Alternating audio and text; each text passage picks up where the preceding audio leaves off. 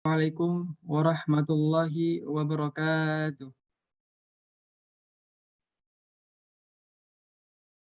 Saya ulang. Assalamualaikum warahmatullahi wabarakatuh.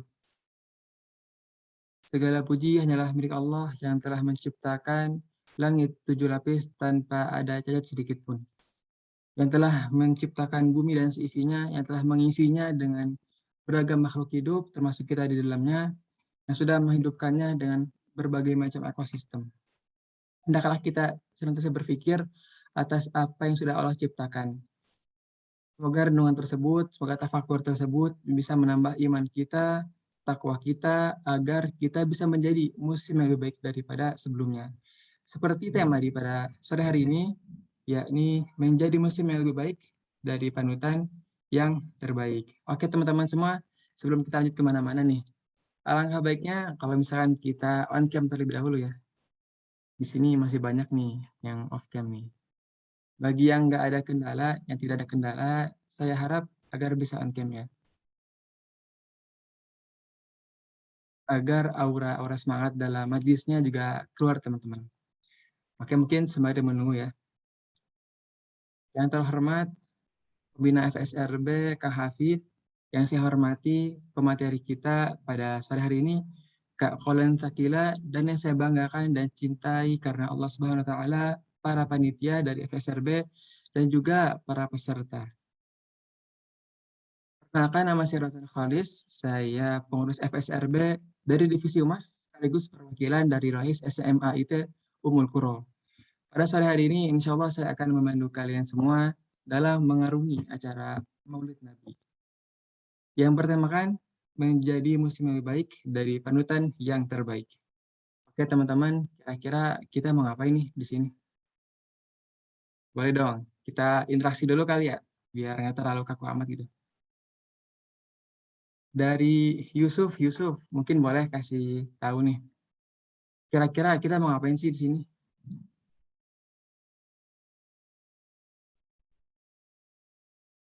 Ya, Yusufnya mungkin lagi nggak ada di tempat gitu ya. Oke, nggak apa-apa lah.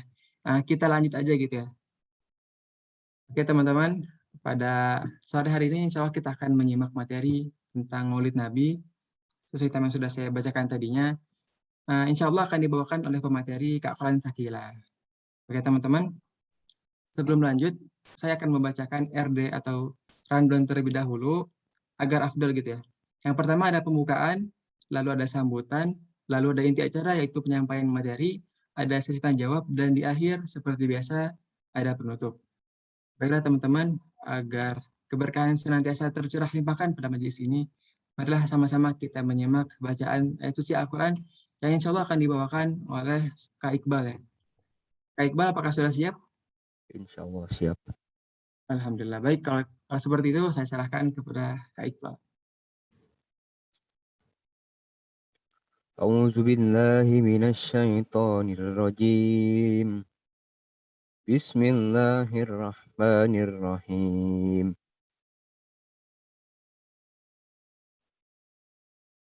Wa idza ma unzilat suratun nadara ba'duhum ila ba'din hal yarakum min ahadin thumma sarafu sara صرف الله قلوبهم بأنهم قوم لا يفقهون لقد جاءكم رسول من أنفسكم عزيز عليه ما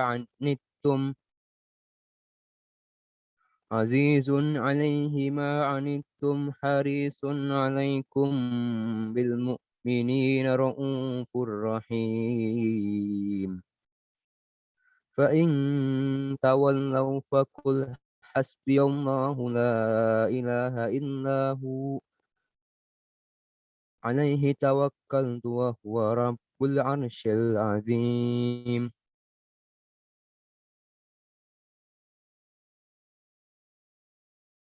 Aku aku berlindung kepada Allah dari godaan setan yang terkutuk dengan menyebut nama Allah yang Maha Pengasih lagi Maha Penyayang.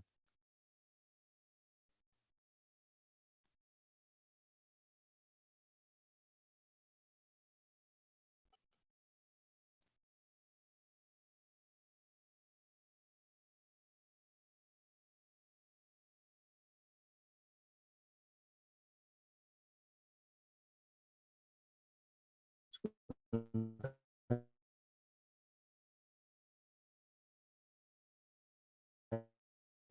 kendala.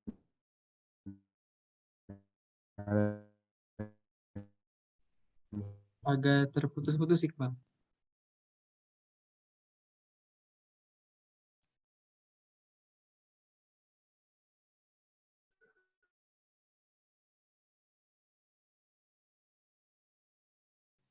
Baik teman-teman, seperti Iqbal ada kena koneksi ya. Mungkin untuk sari tilawah atau terjemahnya mungkin akan saya coba sampaikan. Dan apabila diturunkan satu surah, satu sama lain di antara mereka saling berpandangan sambil berkata, adakah seseorang dari kaum muslimin yang melihat kamu? Setelah itu mereka pun pergi. Allah memalingkan hati mereka disebabkan mereka adalah kaum yang tidak memahami. Sungguh telah datang kepadamu seseorang Rasul dari kaummu sendiri. Berat terasanya olehnya penderitaan yang kamu alami. Dia sangat menginginkan keimanan dan keselamatan bagimu, penyantun dan penyayang terhadap orang-orang yang beriman. Maka jika mereka berpaling dari keimanan, maka katakanlah Muhammad, cukuplah Allah bagiku.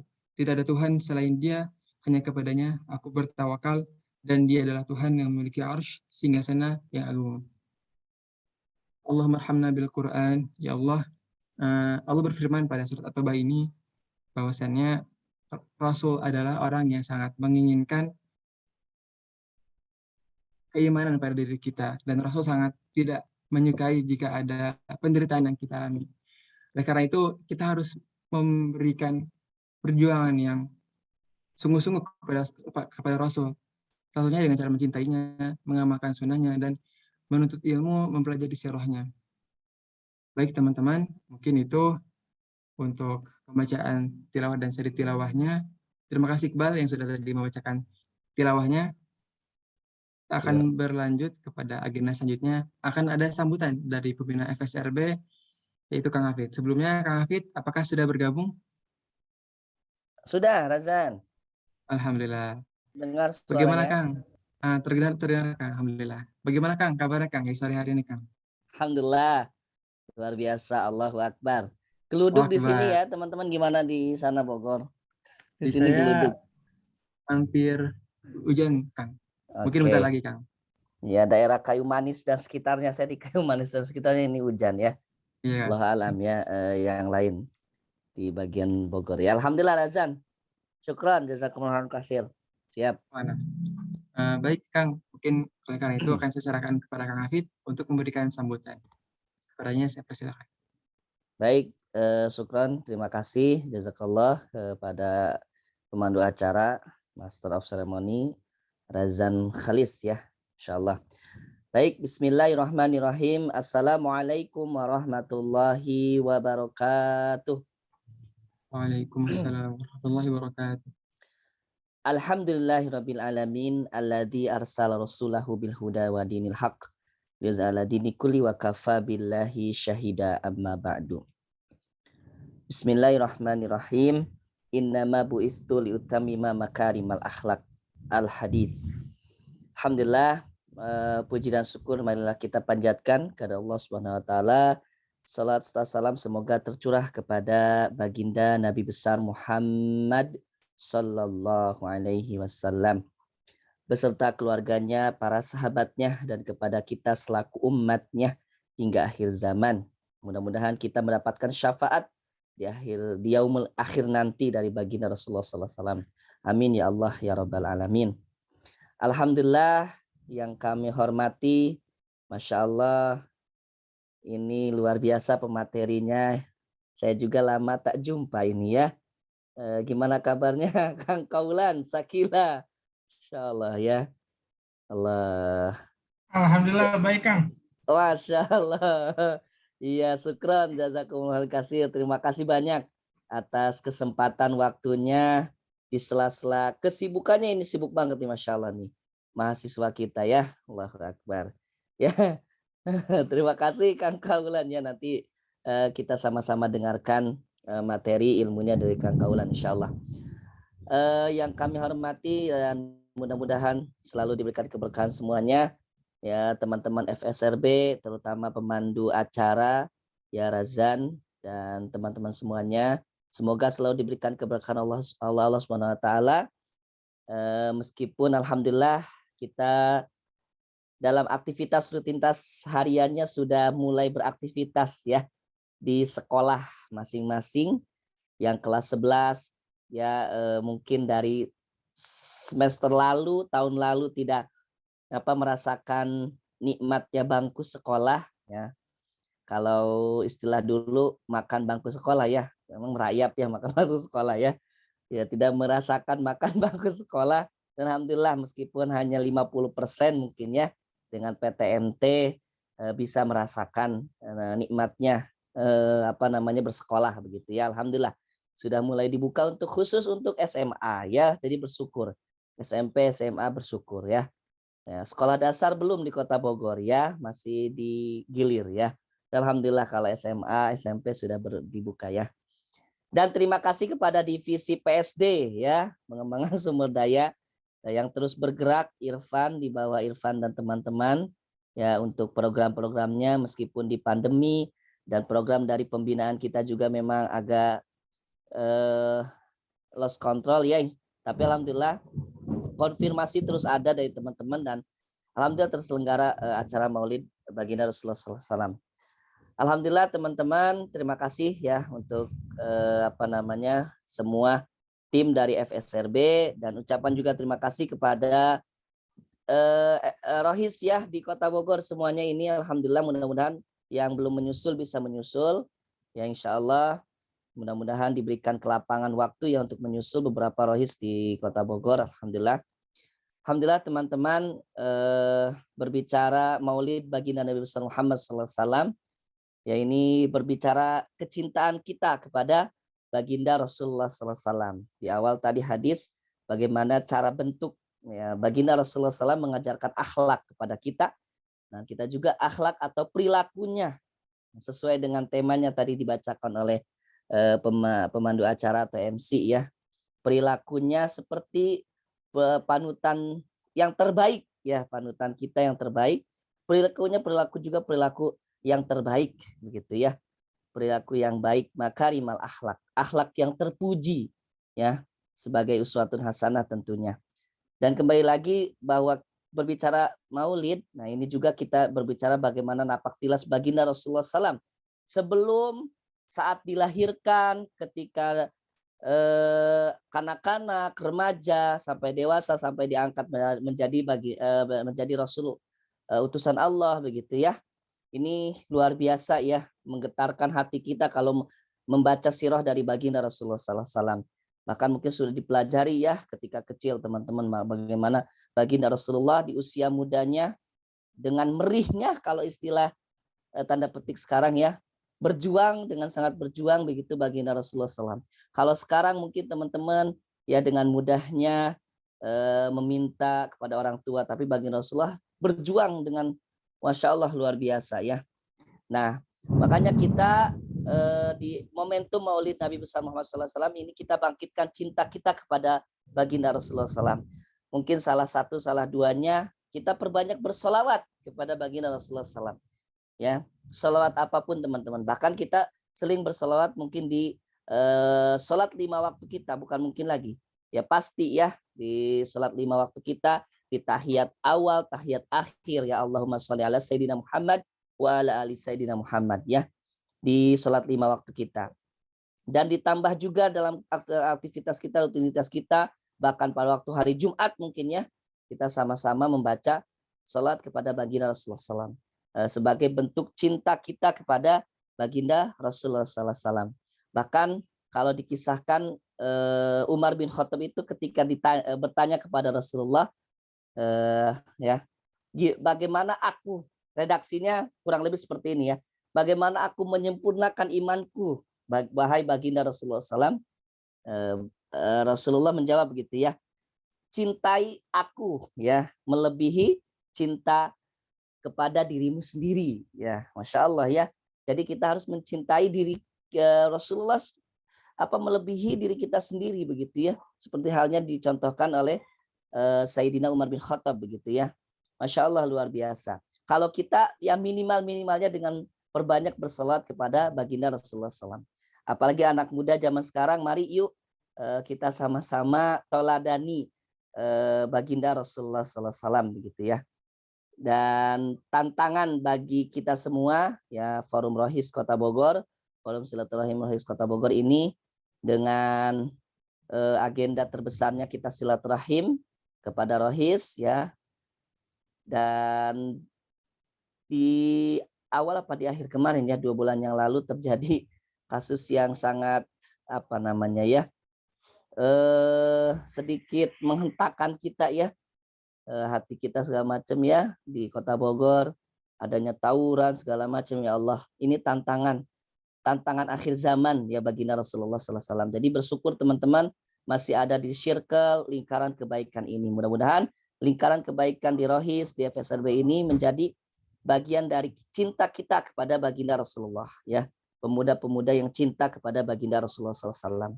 Dan momentum Maulid Nabi besar Muhammad SAW, kita jadikan Muhammad SAW ini sebagai panutan kita ya, dengan kita selalu cinta kepada baginda Rasulullah SAW. Tentunya salah satunya ya, hal yang terkecilnya dengan perbanyak bersalat kepada baginda Rasulullah SAW. Mungkin seperti itu dari Kang Hafid.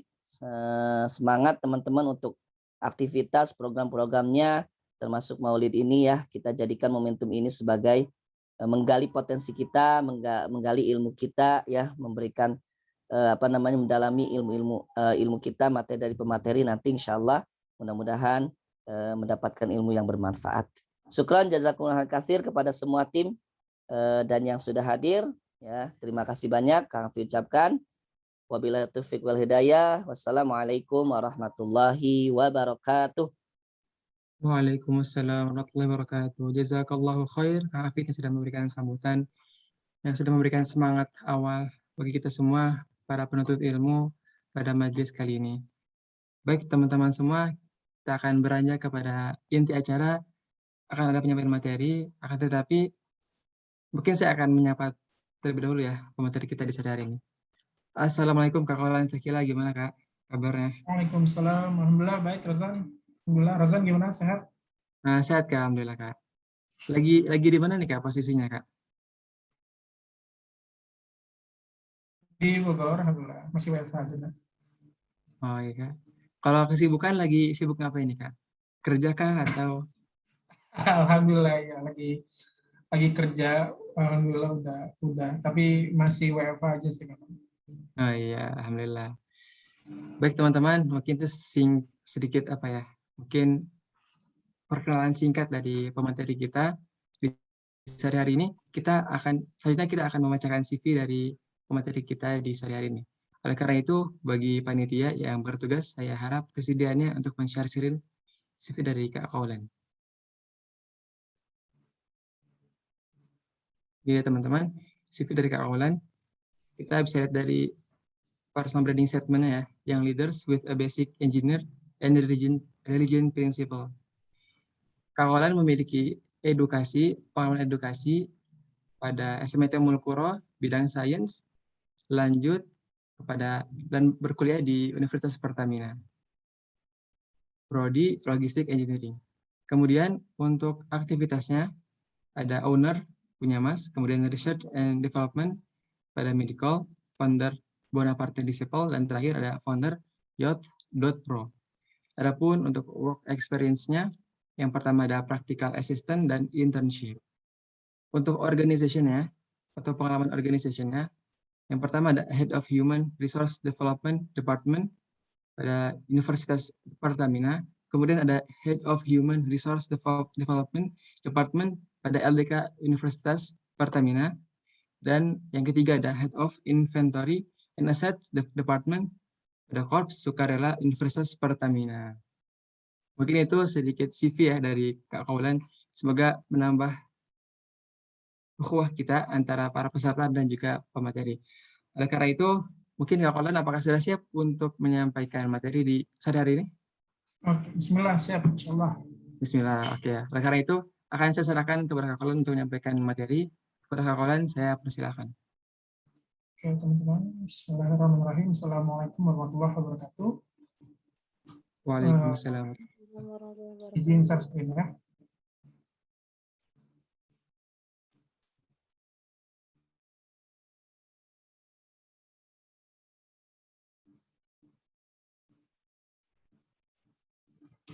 Oh, aman ya, kelihatan ya? Aman, Kak? Oke, sip. Bismillahirrahmanirrahim. Assalamualaikum warahmatullahi wabarakatuh. Innalhamdulillah nahmaduhu wa nasta'inuhu wa nastaghfiruh wa na'udzu billahi min shururi anfusina wa min sayyiati a'malina. May yahdihillahu fala mudhillalah wa may yudhlil fala hadiyalah. Asyhadu an la ilaha illallah wa asyhadu anna Muhammadan abduhu wa rasuluhu amma ba'd. Oke, teman-teman, untuk materi sebenarnya tadi Kang Hafid itu udah nyampaikan banyak banget ya. Kalau boleh dibilang Kang Hafid itu juga guru saya juga tuh Bang Hafid. Jadi dulu kita sempat Bisa aja. sama Saya gurunya muridnya Kang Kaulan ini ya. Waduh, kembali kan dulu pernah sempat diarahkan sama beliau itu. Jadi kalau ketemu sama Kang Hafid tuh guru juga sama kayak teman-teman gitu. Jadi luar biasa nih Kang Hafid. Oke teman-teman, hari ini kita bakal belajar tentang masih suasana Maulid. Tentunya kita masih belajar tentang Maulid. Tadi udah banyak disinggung bagaimana kita mencintai Rasulullah, bagaimana kita salah satunya adalah dengan kita bersolawat. Kalau kita seperti yang lainnya, yang sering kita lakukan, akhlaknya harus dilakukan. Maka hari ini kita angkat Be the Best Muslim from the Best Role Model.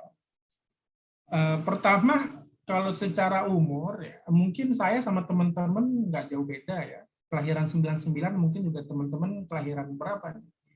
Jadi biasanya kalau teman-teman yang kita nih presentasi judulnya bahasa Arab atau tips-tips meneladani Rasulullah itu kayaknya udah nggak menarik tuh, ya kan?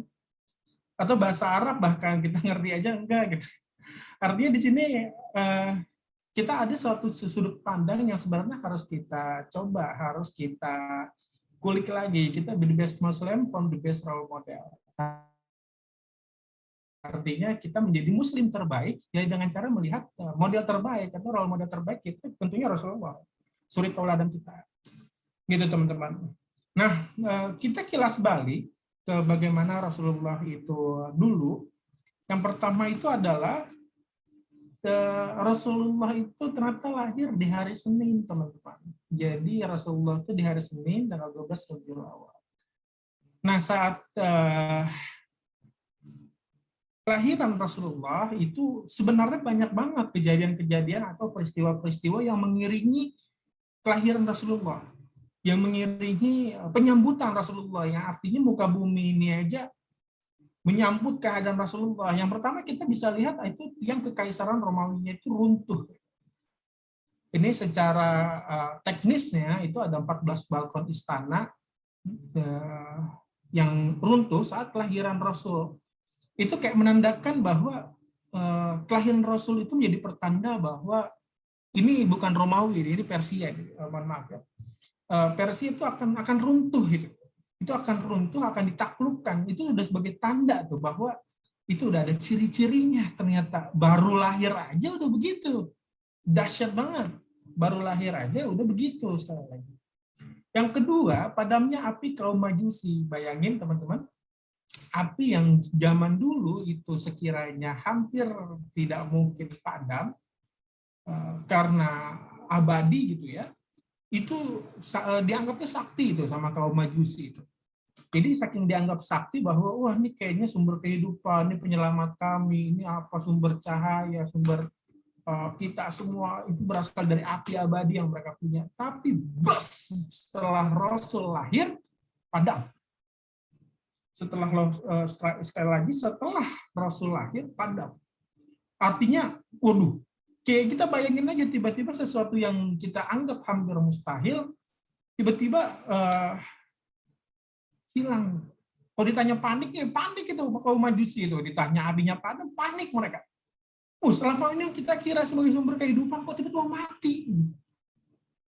Ini juga ternyata sebagai tanda teman-teman bahwa kaum Majusi di masa yang akan datang itu banyak pengikutnya yang akan memeluk agama Islam. Tapi bisa bayangkan teman-teman di hari itu paniknya kaum Majusi itu gimana? Ibarat kata Tuhan mereka tuh hilang gitu. Dia tinggal Tuhan mereka yang selama ini bisa mereka lihat, yang biasa mereka menggunakan api itu untuk kehidupan mereka, sumber mereka tiba-tiba hilang. Itu karena adik kelahiran Rasulullah Sallallahu Alaihi Wasallam. luar biasa itu. Dahsyat, baru lahir aja sudah bisa mematikan kaum yang mematikan api yang sampai itu abadi sebelum Rasulullah. Dan yang ketiga itu adalah kehancuran gereja. Di sini dikatakan di Buhairah, tapi ini kehancuran gereja ini masih menjadi perdebatan di antara ulama. Gitu ya. Yang jelas mekanisme kehancuran gereja ini pertama karena adanya kekeringan, lalu tanah itu menjadi lemah, dan gereja itu hancur, ambles ya kalau bahasa sekarang itu ya, fondasinya kurang kuat. Nah yang terakhir yang kita tahu nih yang udah mainstream banget itu adalah perlawanan burung ababil. Ya. Itu adalah ketika Raja Abraha marah dengan menghancurkan Ka'bah, lalu dia membawa pasukan gajah. Dengan sombongnya, ia akan bisa menghancurkan itu dengan mudah. Itu Raja Abraha, penguasa Yaman kala itu. Bahkan dengan besarnya kekuatan Raja Abraha itu membuat masyarakat Mekah sendiri pun takut. Membuat masyarakat Mekah sendiri pun, dah lah, gitu, nggak bisa dilawan. Kita lawannya apa, gitu, segala macam. Sampai Abu Muthalib itu dirampas untanya. Lalu Abu Muthalib minta ke Raja Abraha, balikin dong untanya. Nah, Raja bingung, loh kamu tempat ibadahnya mau dihancurin kok, malah minta untanya. Gitu.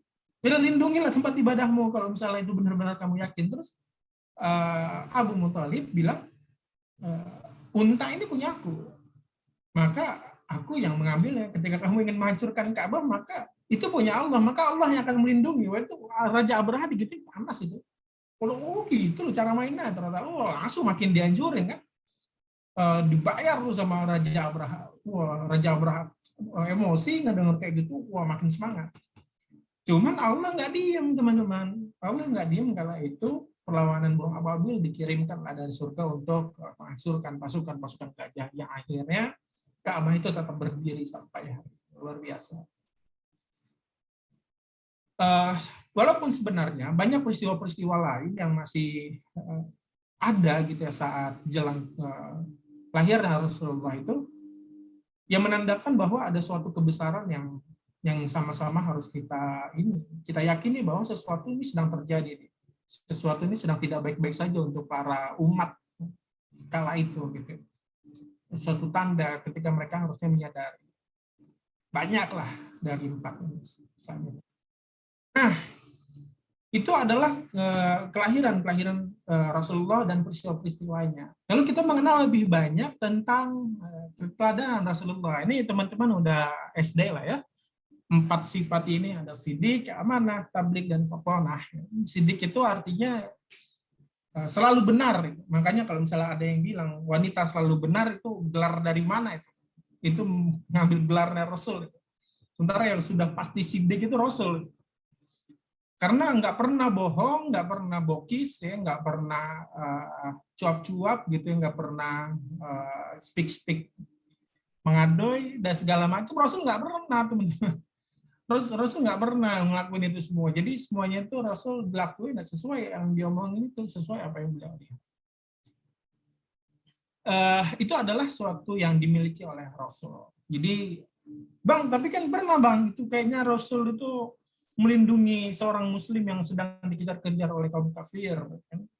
Ada seorang Muslim yang sedang dikejar, lalu meminta perlindungan kepada Rasulullah, bilang, ya Rasulullah, aku sedang dikejar, maka lindungi aku, gitu kata orangnya.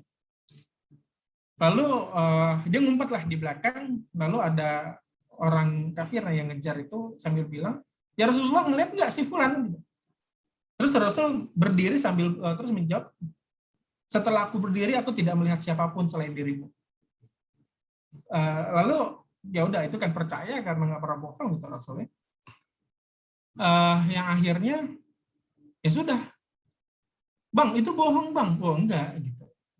Itu adalah Rasul melihat orang itu kan lagi duduk, terus orangnya minta perlindungan, oke, terus pas ditanya Rasul berdiri, lalu Rasul jawabnya, setelah aku berdiri, aku tidak melihat siapapun setelah dirimu. selain dirimu. Itu cerdas banget, itu luar biasa itu. Ketika akal dan retorika itu dimainkan dengan benar seperti itu jadi. Itu adalah sidik. Lalu selanjutnya itu amanah, dipercaya. Ya, hari ini kita diminta untuk jalankan sebuah acara, kita ada janji, lalu kita dan segala macam, ya kita lakukan itu dengan penuh tanggung jawab dan sampai selesai teman-teman, untuk amanah ini. Jadi Rasul itu nggak pernah ingkar. Bahkan kalau di budaya Arab itu teman-teman sebenarnya dia nggak peduli tuh. Misal ada kafir Quraisy sama orang Muslim, ketika memang orang Muslim itu bisa lebih dipercaya, ya mereka akan mempercayakan itu kepada orang Muslim. Gitu. Maka ini Rasul dulu kan dititipkan banyak hewan peternak segala macam. Bahkan gelar Al-Amin itu sudah didapatkan sebelum Nabi Muhammad diangkat menjadi Nabi dan Rasul. Itu udah luar biasa. Jadi amanah ya, nggak pernah ingkar, diselesaikan dengan penuh tanggung jawab. Selanjutnya adalah tablik atau menyampaikan, ya artinya setiap wahyu yang Allah sampaikan kepada Rasulullah itu nggak pernah untuk dirinya sendiri. Artinya Rasul itu nggak pernah pengen bahwa dia baik untuk dirinya sendiri, tapi dia pengen umatnya juga terbaik gitu. Karena Rasul menyampaikan salah satu keteladanannya. Jadi dia nggak menyimpan dirinya agar dirinya menjadi akselerasi, menjadi umat yang paling baik di antara yang terbaik, tapi dia pengen umatnya juga sama yang terbaik. Nah yang terakhir itu fatonah. Fatonah itu cerdas. Bayangkan Rasul itu bisa menjadi pembisnis dan segala macam, panglima perang, lalu menjadi penyampai juga, lalu menjadi penasehat dan segala macam, itu Rasul bisa semua. Cerdasnya luar biasa. Dan menyampaikan Al-Quran itu dengan akurat tanpa adanya miskomunikasi. Bayangkan wahyu yang disampaikan itu, lupa nih, gitu. Aduh, Rasul masa begitu, kan nggak lucu banget, teman-teman. Masa apa ya wahyu kemarin ya? Ingetin. Panik gitu Rasul. Nggak mungkin, teman-teman. Rasul lo diingat betul apa yang disampaikan oleh Allah. Nah, ini juga mainstream tugas-tugas Rasul, ya luar biasa. Ini yang pertama adalah rahmat bagi seluruh alam, dijelaskan di surat Al-Anbiya. Dan kami tidak mengutus engkau Muhammad melainkan untuk menjadi rahmat bagi seluruh alam. Ya, artinya menjadi rahmat, menjadi kebaikan untuk semuanya. Jadi nggak untuk manusia aja ternyata, untuk bumi, makhluk-makhluk, hewan dan segala macam itu Rasul diturunkan untuk itu semua. Lalu yang selanjutnya adalah menyampaikan. Itu di surat Al-Maidah. Wahai Rasul, sampaikanlah apa yang diturunkan Tuhanmu kepadamu. Jika tidak engkau lakukan apa yang diperintahkan itu, berarti engkau tidak menyampaikan amanatnya. Tugasnya Rasul itu ya apa yang Allah sampaikan di wahyu-wahyu Allah itu, ya itu menjadi amanah atau tugas Rasul untuk menyampaikan kembali itu kepada umat-umatnya. Yang selanjutnya adalah membawa kebenaran, teman-teman. Nah, membawa kebenaran ini dia yang mengutus Rasul di surat Al-Fat, yang artinya itu dialah yang mengutus Rasulnya dengan membawa petunjuk dan agama yang benar supaya dimenangkannya terhadap semua agama, dan cukuplah Allah sebagai saksi. Nah, selanjutnya adalah pemberi kabar yang di surat Al-Ahzab di sini. Wahai Nabi, sesungguhnya kami mengutusmu untuk menjadi saksi, pembawa kabar gembira dan memberi peringatan, dan untuk menjadi penyuruh kepada agama Allah dengan seizinnya dan sebagai cahaya yang menerangi. Ini jadi memberi kabar sekalipun peringatan gitu. Kabar baik misal, bukan kabar Rasulnya baik ya maksudnya. Ditanya kabar gimana Rasul, kabar baik itu pemberi kabar gitu. Bukan, maksudnya berita-berita teman-teman, berita-berita yang sekiranya itu bukan sekiranya, itu sudah pasti bermanfaat untuk agama. Jadi pemberi kabar bukan gimana kabarnya gitu, baik ya ada Rasul kabar baik, itu udah pemberi kabar gitu, bukan gitu konsepnya pemberi kabar. Selanjutnya adalah pemberi petunjuk gitu. Tadi pemberi kabar, sekarang pemberi petunjuk di surat Asy-Syura ayat 52. Dan demikianlah kami wahyukan kepadamu Muhammad ruh Al-Qur'an dengan perintah kami. Sebelumnya engkau tidaklah mengetahui apakah kitab Al-Qur'an dan apakah iman itu, tetapi kami jadikan Al-Qur'an itu cahaya yang dengannya kami memberi petunjuk orang-orang yang kami kehendaki di antara hamba-hamba kami. Dan sungguh engkau benar-benar membimbing manusia kepada jalan yang lurus. Nah, pemberi petunjuk. Jadi kalau ada yang salah dikasih tahu. Nah, tentunya Rasul tahu juga dari Allah gitu ya, dari wahyu-wahyu Allah, memberi petunjuk bahwa ini adalah hal yang benar, ini yang salah, do and don't. untuk menjadi seorang hamba yang baik, menjadi seorang umat yang baik. Itu gimana do and don't-nya, apa yang boleh dan apa yang tidak boleh. Gitu, teman-teman. Nah, selanjutnya tidak cukup sampai di sana.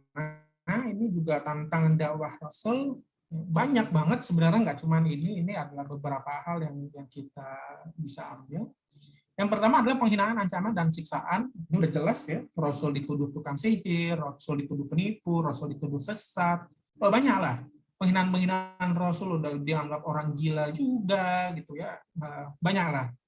Terus ancamannya apa? Ancaman itu Rasul pernah di depan rumahnya itu ditaruh duri, teman-teman. Jadi itu sebuah ultimatum gitu untuk Rasul, jangan macam-macam gitu. Dan juga siksaan ya teman-teman, Rasul diapain aja juga sabar, dilemparin batu juga apa segala macam, bahkan anak-anak pun ikut menghina ya. Dikatain bocil itu kan sakit banget ya teman-teman. Kalau dikatain sama temen sih oke ya, lagi nongkrong, lagi apa segala macam, tapi kalau dikatain sama bocil sakitnya minta ampun ya. Nggak kira-kira sakitnya. Kayaknya bocil tuh pokoknya paling benar gitu. Lumayan.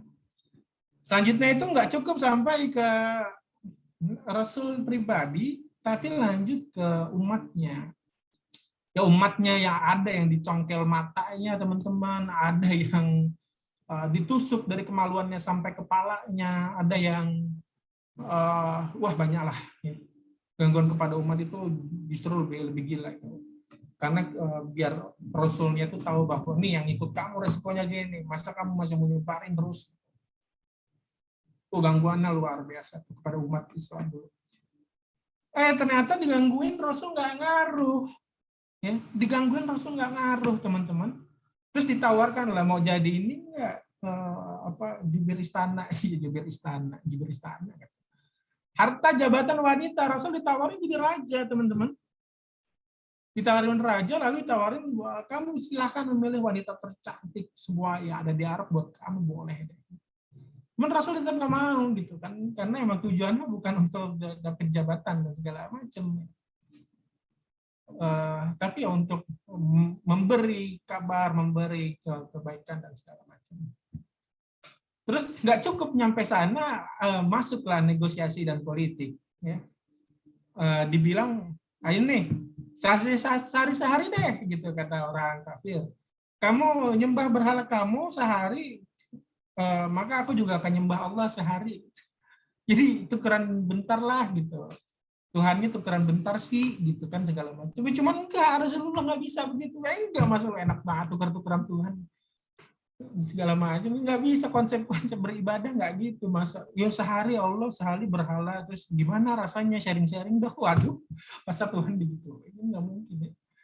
Itu nggak boleh juga, harus nggak mau pokoknya. Pokoknya kalau udah satu nyembahnya Allah, ya udah Allah gitu.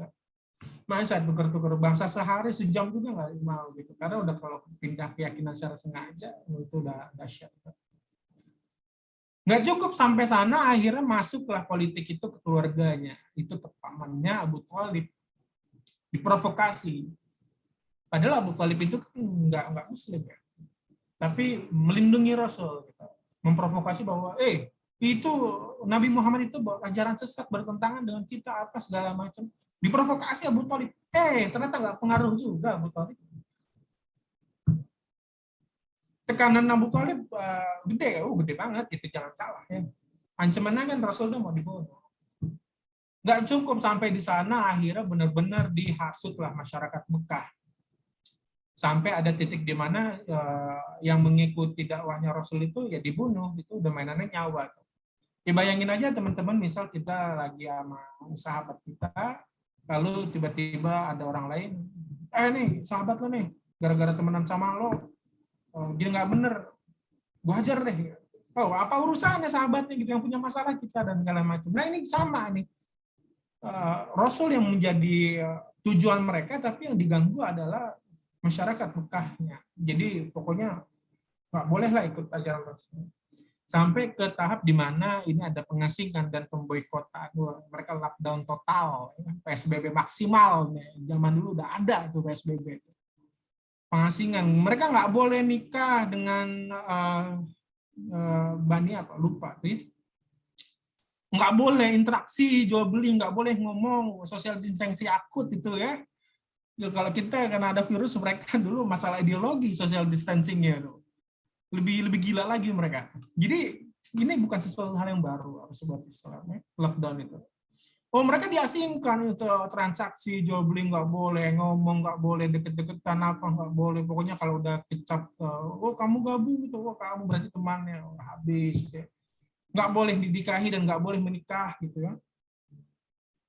Dan segala macam itu, wah pokoknya jadinya terkucilkan teman-teman, terkucilkan dari sistem kehidupan. Oh itu kalau di kitanya mah kuota internet dibikin lambat ya. Terus setiap ruangan dipasang CCTV, terus setiap kita lewat sama orang-orang kita dilihatin dengan mata yang tajam, wah itu sebuah pengasingan yang luar biasa, itu sakit tapi nggak berdarah. Nah, di sini ada terakhir dikatakan bahwa bahkan cinta itu ada sampai titik akhir hidupnya untuk orang yang belum pernah ia temukan sebelumnya. Itu Rasul, teman-teman. Rasul itu udah mencintai kita sebelum kita ada. Kenapa Rasul di akhir hayatnya itu mengatakan umatku, umatku. Ya artinya apa? Wah ini jam aku meninggal nih ujiannya bukan berarti jadi wah Rasul meninggal Islam jaya, weh hore, barakallah. Gitu enggak. Rasul meninggal itu artinya ujiannya makin banyak gitu. Bahkan langsung dibayar, langsung ada perang saudara, perkara zakat ya. Terus sampai sekarang gangguan-gangguan kita akhirnya luar biasa. Tapi cinta Rasulullah kepada kita itu udah ada sampai beliau. Oke teman-teman. Rasanya kalau kita membahas materi kayak tadi bosan. Dibahas tentang sifat-sifat Nabi Muhammad, ada 4, ada fatonah, ada amanah, ada tablik. Kayaknya bosan. Setiap tahun Maulid Nabi materinya sama semua. Tips-tips mencintai Nabi Muhammad, bersolawat, mengingat terus Nabi Muhammad, meneladani Nabi Muhammad. Kita, para al-asatidz, kalau ngomong kayak gitu, secara konsep iya, tapi abang paham, kita sebagai anak muda, kita nggak relate sebenarnya ketika ada kalimat yang menyatakan bahwa kita harus meneladani Nabi Muhammad. Oh iya, kita harus meneladani Nabi Muhammad, gitu ya, betul ya. Cuman sebenarnya gimana sih cara meneladani beliau itu, kita nggak pernah terjawab. Dijawabnya gimana? Sebenarnya gimana? Secara teknis tuh gimana meneladaninya, gitu teman-teman. Kita nggak pernah terjawab itu. Jadi sebenarnya gimana sih Rasul yang aslinya itu gimana sih? Selama ini yang kita tahu Rasul ya begitu kan, diingatnya pas Maulid saja, terus yang diingat materinya juga sama saja dan segala macam. Cuma kita nggak ngerti nih sebenarnya yang dimaksud meneladani Rasul itu kayak gimana? Yang sebenarnya yang dimaksud mencontoh Rasul itu gimana, teman-teman? Ada suatu kejadian bahwa kita sebenarnya hidup menginginkan seperti Rasul hidup, tapi sebenarnya kita nggak seperti Rasul hidup. Seolah-olah aja jadinya, seolah-olah kita sudah mencontoh, padahal enggak. Pertanyaannya teman-teman yang selama ini selalu kita bahas, Rasul adalah pendakwah yang hebat, Rasul adalah panglima perang, Rasul adalah pemimpin. Tapi apakah kehidupan Rasul selalu disibukkan dengan hal-hal tersebut? Enggak. Teman-teman berapa persen lebih pernah mendengar tentang gimana Rasul kehidupan, gimana kekayaan Rasul? Yang kita selalu ingat adalah Rasul menang, Rasul kesabaran Rasul, bahwa darahnya jangan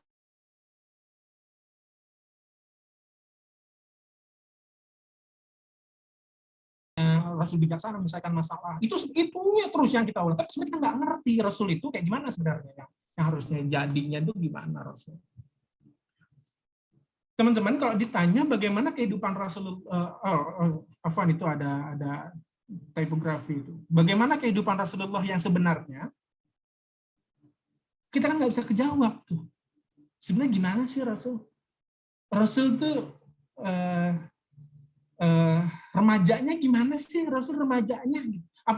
Apakah Rasul kalau remajanya itu langsung pas ditanya, wahai Rasul apakah nasihatmu, tiba-tiba badannya tegak terus ya ayyuhan nas.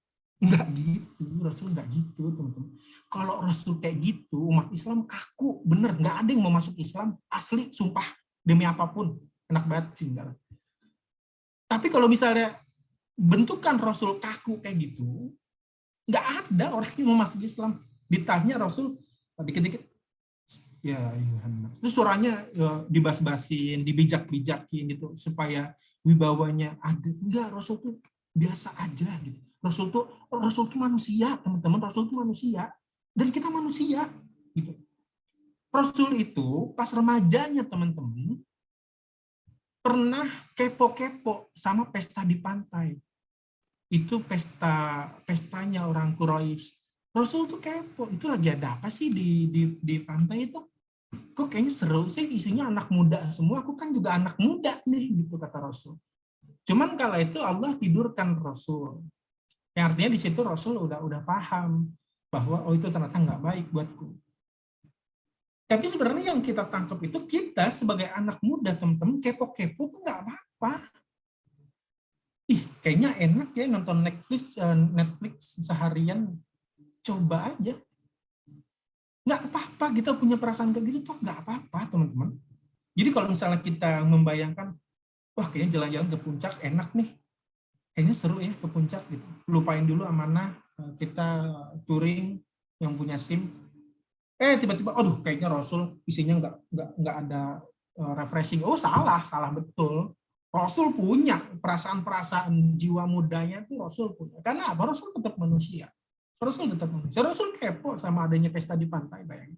Artinya kita kalau kita kepo-kepo, HP baru bagus nggak ya?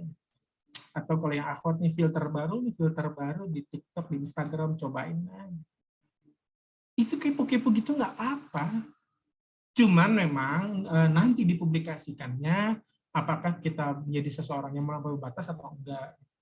Cuman perasaan-perasaan seperti itu tuh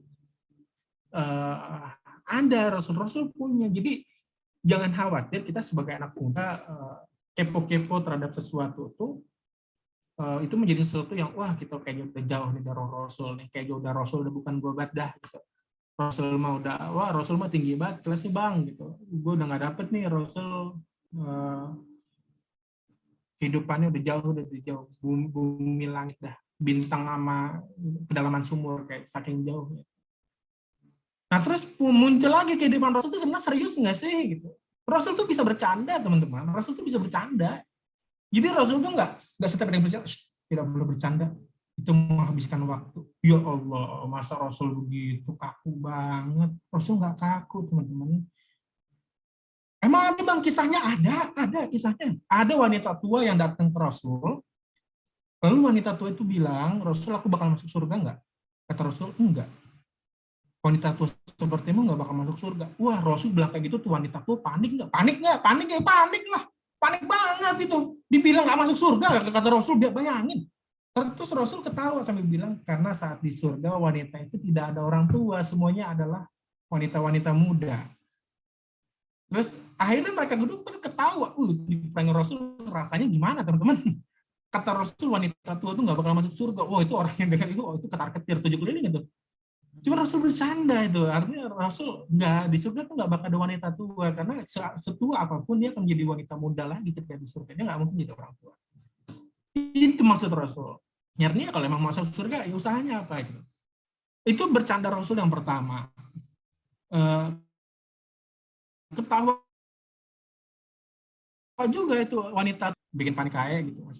Cuman itu bahasa kitanya, cuman pas itu aduh ya Rasul bikin panik aja, masa dibilang nggak masuk surga gitu bercandaannya.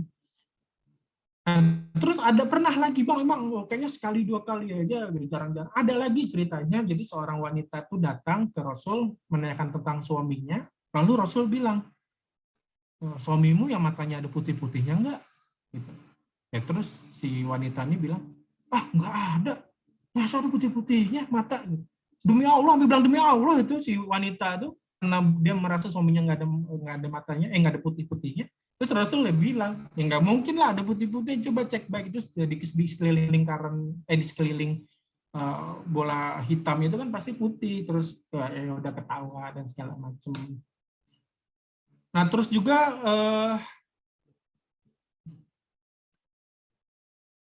tentang masalah unta. Jadi dibilang ketika pemuda Rasul kasih mau ngasih unta ke pemuda itu, lalu Rasul bilangnya, ya aku akan memberimu anak unta. Gitu kan. Itu pemuda itu bilang, ya Allah kan lagi musafir gini masih dikasih anak unta, gimana naikinnya nih Rasul, yang bener aja gitu. Ya kan bayangannya kalau anak unta kan kecil ya, bocah maksudnya. Tapi Rasul bilang, bukankah setiap unta itu adalah sebelumnya adalah anak unta gitu. Terus ya benar juga sih kan gitu, maksudnya ya anak unta udah gede maksudnya kan gitu. Itu Rasul tuh humornya ada teman-teman, jadi nggak kaku banget gitu. Rasul tuh nggak kaku, Rasul tuh asik. Jadi kalau misalnya kita jadi orang FSRB, jadi orang Rohis, candanya nggak asik. Wah, itu contoh siapa tuh? Rasul candanya asik bro, soalnya bro. Jadi kalau misalnya kita orang Islam, nggak boleh bercanda. Rasul nggak pernah niru. Weh, kata siapa bos? Rasul nggak pernah bercanda. Sering Rasul bercanda. Lucu banget. Jadi salah kalau misalnya ada yang bilang Rasul kaku. Kalau Rasul kaku setiap ada yang bercanda, ya Yohanes, sesungguhnya bercanda itu adalah hal yang tidak bermanfaat. Ya orang dibercandain kayak gitu yang ngedown. Langsung, apaan sih, freak banget jadi orang Islam. Bercanda tetap aja bercanda. Cuman memang candaan dark joke zaman sekarang tuh udah kayaknya banyak banget dark joke itu nggak masuk, karena bercandanya nggak tentang sesuatu yang menghina, tentang sesuatu yang ya iyalah gitu dan segala macam. Jangan sampai ada yang menyakiti hati. Bercandaannya kayak gitu Rasul. Jadi yang bilang Rasul nggak pernah bercanda salah total tuh. Dapat sirah dari siapa lo gitu. Rasul hidupnya kaku, umat Islam sepi sekarang. Makanya jadi orang Islam harus asik, makanya bro. Kalau kita lagi ngobrol sama orang jangan serius mulu, terus kali-kali bercanda gitu. Kali-kali akrab, kali-kali kok ada humornya. Harus gitu sama orang. Kalau misalnya serius mulu ya kaku, nggak asik banget jadi orang Islam kayak gitu. Rasul karena nggak nyontohin gitu jadi orang yang kaku. Lalu bagaimana dengan hobi Rasulullah, teman-teman?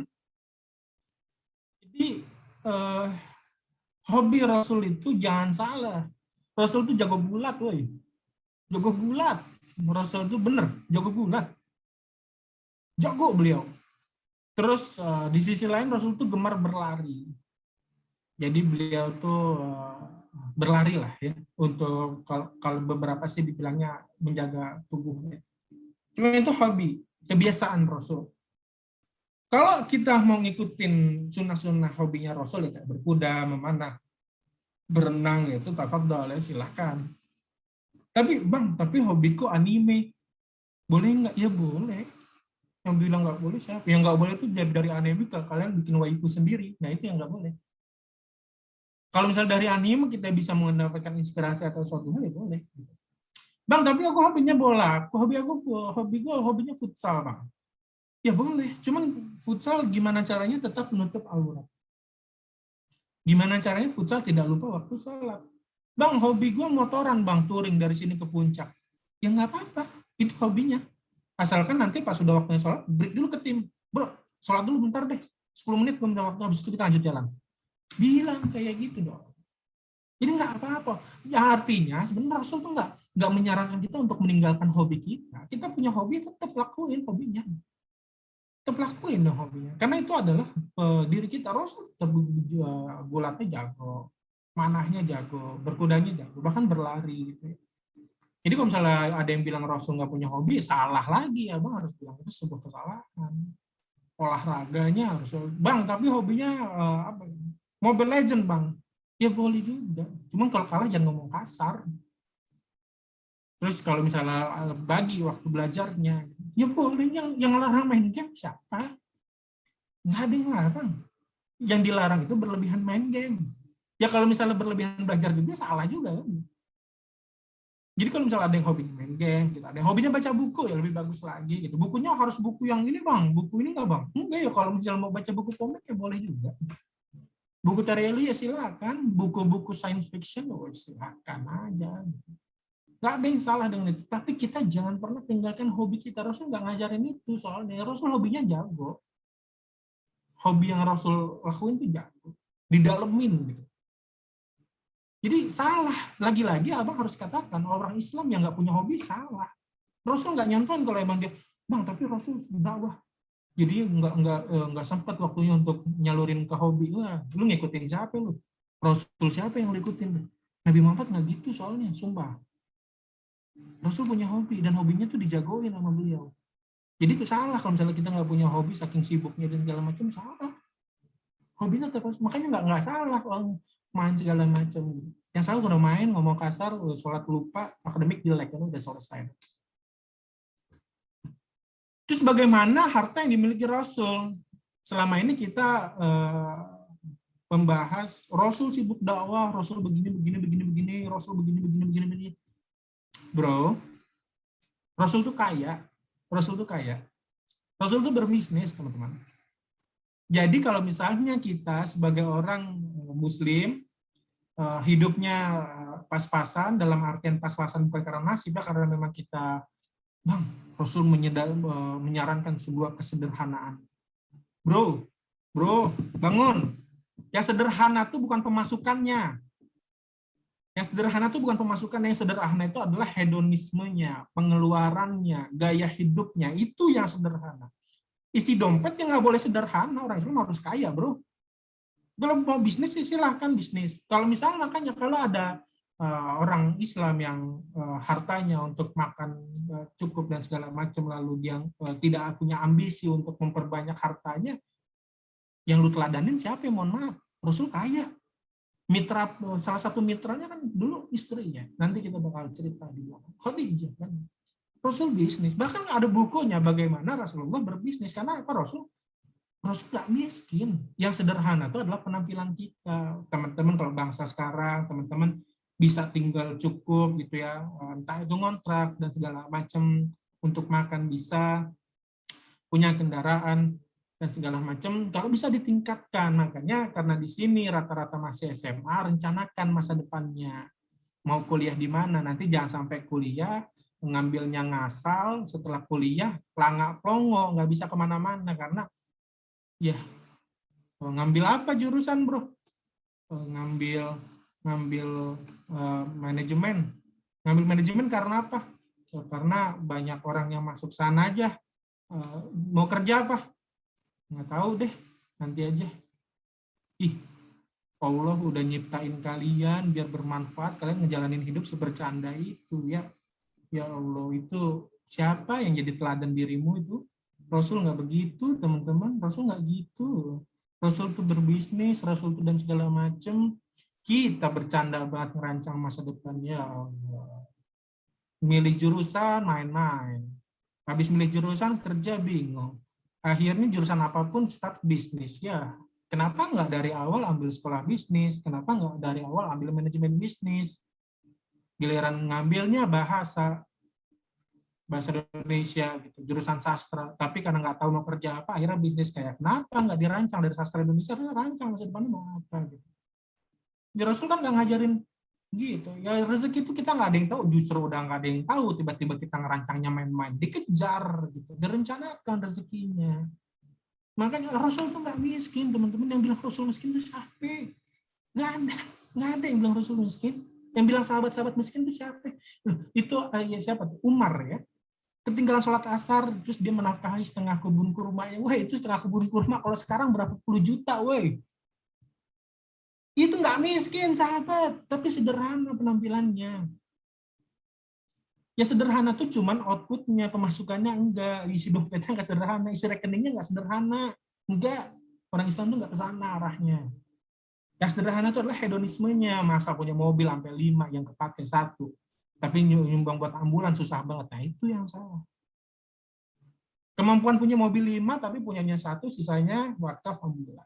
Silakan. Jadi yang kalau misalnya ada orang Islam yang tidak merancang masa depannya, lagi-lagi abang katakan salah. Karena orang Islam hartanya pas-pasan itu mencontoh siapa itu? Mencontoh siapa itu? Rasul nggak nyontohin, sayangnya. Ya, lagi-lagi harta itu penting buat kita. Teman-teman, kita harus jadi muslim yang kaya. Itu baru. Loh, kenapa jadi muslim yang kaya? Loh, emang Rasul miskin? Tinggal bilang gitu kan enak gitu. Kalau Rasul miskin, ngapain dia jadi? Rasul tuh kayak bisnis bro, di bisnis, bener. Rasul tuh bisnis. Cari aja bisnisnya Rasul tuh gimana, pasti keluar lah. Terus tentang hewan peliharaan, mungkin teman-teman udah tahu ya, mueza. Ini hewan peliharaannya Rasulullah. Jadi Rasul juga bisnis juga dan segala macam. Rasul juga pencinta kucing, jadi nggak salah kalau ada yang mau melihara kucing di sini tiap hari dipus-pusin gitu ya, kucingnya dilus-lusin dulu. Rasul juga melihara kucing. Ya artinya Rasul tuh tetap manusia teman-teman. Rasul tuh kucing lucu nih mueza, pelihara tanggung jawab tapi digedein kasih makan. Ya Rasul tetap kayak gitu, pelihara kucing, bentuk kasih sayang terhadap hewan. Namanya mueza, cari aja. Itu hewan peliharaan kucing. Jadi sekarang teman-teman kalau ada yang mau pelihara ikan cupang ya nggak masalah juga, tapi dirawat gitu, jangan diadu, apalagi adunya sama cermin. Jangan juga stres cupang digituin. Oke. Selanjutnya adalah yang terbaru nih, bagaimana Rasulullah menyikapi berita hoax. Nah ini berita hoax nih nggak cuma sekarang aja, dari dulu ada. Yang teman-teman mungkin tahu ya tentang fitnah istri Rasulullah itu berkholwat ya, atau berselingkuh karena tertinggal dengan sahabatnya sendiri. Wah itu kan hoaxnya macam-macam tuh segala macam. Nih Rasulullah nih dia berdua nih serimu sama ya, abang agak lupa tuh sama siapa cerita. Kalau ditanya Rasulullah panas ya panas, marah sama istrinya marah itu. Bisa-bisanya dia berdua sama orang lain gitu kan. Cuma sampai kabar itu clear, Rasul ngapain? Rasul tuh diam teman-teman. Rasul diam. Kalau sekarang kita dapat info apa-apa dari Twitter, pastiin dulu benar nggak. Kita dapat info apa-apa dari Instagram, dari Indozone, benar nggak? Gitu. Dicek dulu. Bener nggak Xavi mau ke Barcelona, dicek dulu gitu. Jangan mentang-mentang Barcelona lagi kesulitan ya, abang tahu Barcelona kesulitan, butuh pelatih ya, Koeman out, Olein gitu ya, butuh Xavi Hernandez masuk gitu. Sampai ke sana gitu loh. Hoaxnya tuh jangan sampai wah ini gitu terus ngata-ngatain Barcelona ditinggal Messi. Bahkan berita-berita tentang dunia Islam segala macam heboh, berita lain kan mencengangkan, poin 5 akan membuat kamu terkejut itu diiniin dong, diiniin dong, sikap kita nggak, wah ini poin 5 benar kejutan, share gitu, pastiin dulu bener nggak ini dianya bener nggak si berita hoaxnya bener nggak. Kalau emang hoax jangan jangan disebar.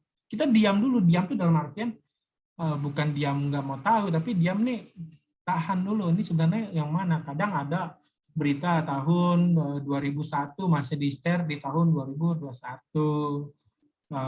Wah itu dulu tuh banyak masalah tentang di Thailand itu ditetesin darah ke kaleng sarden, ke kaleng ikan kaleng gitu. Bener enggak segala macam. Wah tuh hoaxnya, beritanya berkembang. Terus atau enggak klik satu agar mendapatkan kebaikan ya. Terus ada lagi yang mencet satu gitu kan, atau sebarkan ke 3 orang agar mendapatkan kabar baik. Waduh zaman udah 4.0, internet di mana-mana masih aja percaya gituan ya. Rasul nggak gitu bro, Rasul nggak gitu ya. Jadi semuanya didalemin dulu beritanya. And last, bagaimana ketika Rasulullah jatuh cinta? Rasul manusia, bro. Rasul manusia. Rasul juga jatuh cinta. Jadi ceritanya sama Khadijah tuh gini. Rasul jomblo, ya, single deh. Rasul single, Khadijah single. Lalu saudaranya Khadijah bilang, Rasul, wahai Muhammad, Khadijah tuh sendirian. Kamu nggak mau nikahin? Terus kata Rasul, kayak kalau misalnya orang yang biasa aja bilang, wah tunggu deh, gitu. Wah kayaknya nggak sama saya deh. Tapi Rasul nanya, emang gimana caranya? Iya, itu kan ketahuan dia selama ini ternyata nyimpen rasa, ya kan, sama Khadijah. Tuh, dari situ akhirnya nikah dia sama Khadijah Rasul dipindah. Sementara Khadijah itu adalah mitra bisnisnya. Pas Khadijah meninggal, saking jatuh cintanya Rasul sama Khadijah, ditanya sama sahabat nggak mau nikah lagi. Itu kan Rasul setahun tuh ya meratapi kesedihan. Rasul nggak mau nikah lagi. Jawaban Rasul sambil nangis itu cuma satu pertanyaan, apakah ada yang bisa menggantikan kebaikan Khadijah? Romantis banget. Ditinggal meninggal sama kekasih. Rasul nggak terima. Setahun meratapi kesedihan disuruh nikah, belum move on. Ditanya, kenapa nggak nikah lagi? Jawabannya juga bukan jawaban, tapi pertanyaan lagi. Apakah ada yang bisa menggantikan kebaikan Khadijah? Rasul sampai bilang kalau bukan karena perintah, Rasul nggak mau nikah itu. Tapi karena ini perintah Allah nikah lagi, nikah. Akhirnya menikahlah dengan Aisyah. Jatuh cinta nggak sama Aisyah? Ya jatuh cinta. Nah, teman-teman udah sering mendengar ada yang namanya Humairah. Panggilan kesayangan Rasul ke istrinya dengan pipi yang kemerah-merahan. Sampai situ nggak Bang ceritanya? Enggak sampai situ. Salah satu keromantisan Rasul sama istri-istrinya itu Rasul rebahan. Jadi yang bilang Rasul nggak pernah rebahan, salah juga. Rasul pernah rebahan. Rebahannya di paha istrinya. Lalu istrinya ngelus-ngelus kepala Rasulullah. Ya artinya Rasul itu lagi pengen dimanja. Rasul tuh bucin bro. Tapi sama istrinya. Rasul tuh bucin. Tapi sama istri-istrinya. Terus makanan istrinya nggak habis, dihabiskan sama Rasul. Gelas untuk istrinya dipakai lagi untuk Rasul. Lalu pernah ada di hari raya, ya sebuah hari raya itu, di depan rumah Rasul itu ada orang-orang yang sedang menari. Lalu Rasul sama Aisyah itu melihat, lalu Aisyah itu meletakkan kepalanya di pundak Rasul, di sini, meletakkan dagunya di sini, jadi bersandar. Lalu ketika tarian pertama itu habis, Aisyah bilang, lagi, nari lagi. Kedua kali sampai habis, nari lagi. Terus sampai ketiga kali Rasul bilang, udah cukup. Terima kasih dan segala macam. Terus Rasul nanya, kenapa kok minta lagi-lagi? Kayaknya juga tariannya nggak bagus-bagus banget gitu kata Rasul.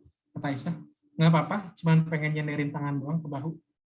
Itu romantis banget, bro. Gila. Itu bucinnya Rasul begitulah levelnya. Kita jauh. Kalau kita nggak romantis nanti sama pasangan kita, ngikutin siapa itu? Itu Rasul bucin, Rasul tuh punya cinta, punya sama istrinya, punya rasa sayang sama istrinya segala macam. Terus banyak lagi lah kisah-kisah Rasulullah itu yang membuat, ada di kisah lagi gini, ceritanya Aisyah itu lagi bikin kesalahan. Aisyah tuh bikin kesalahan, terus Aisyah panik kan, waduh kayaknya bakal marah nih Rasul gitu. Nah, Aisyah bilang, marah ya gitu, aku minta maaf deh. Terus kata Aisyah, terus Rasul sambil mukanya merah, Rasul tuh marah. Tutup matamu, kata Rasul gitu ke Aisyah. Ya Aisyah nurut. Terus habis itu Rasul kalau nggak salah mencium apa meluk ya. Pokoknya Rasul melakukan sesuatu, terus Aisyah melek. Loh kenapa gitu? Terus Rasul dengan bangganya bilang, kemarahanku telah selesai setelah melihat pipi merahmu. Iya, jadi bisa gombalin nih. Ya kan Rasul tuh bucin bro, Rasul tuh bucin. Makanya jangan ini Rasul tuh tetap jadi manusia yang biasa. Jadi nggak manusia spesial, tapi tetap manusia gitu. Dan akhirnya di sini kita muncul bahwa dia bukanlah cita-cita umat semata, yang artinya teman-teman kita sebagai manusia ini kita bisa kayak Rasul, kita karakter kita bisa sama, kelakuan kita bisa sama dan segala macam, kita tuh bisa. Tapi memang kita nggak diangkat jadi nabi dan rasul, tapi sifat kita bisa sama. Kok gitu bang, bro? Kalau sifat kita nggak bisa sama, buat apa Rasul diturunkan ke bumi? Jadi Rasul itu dijadikan suri tauladan, bukan jadi cita-cita. Rasul suri tauladan, iya Rasul ada sebagai contoh kita, contohnya ideal. Pokoknya dia udah jadi cita-cita doang deh. Nah, udah cuma jadi cita-cita doang gitu, selesai sampai di sana. Enggak jawabannya. Enggak sampai di sana. Rasul tuh, kita bisa kayak Rasul, kita bisa. Tegasnya bisa, wibawanya bisa, bercandanya bisa, romantisnya bisa, mager-magerannya atau rebah-rebahannya juga ya bisa. Panglima perangnya bisa, berbisnisnya juga bisa, atau bekerjanya itu juga bisa. Kalau emang mau pelihara hewan juga nggak apa-apa, Rasul juga pelihara hewan.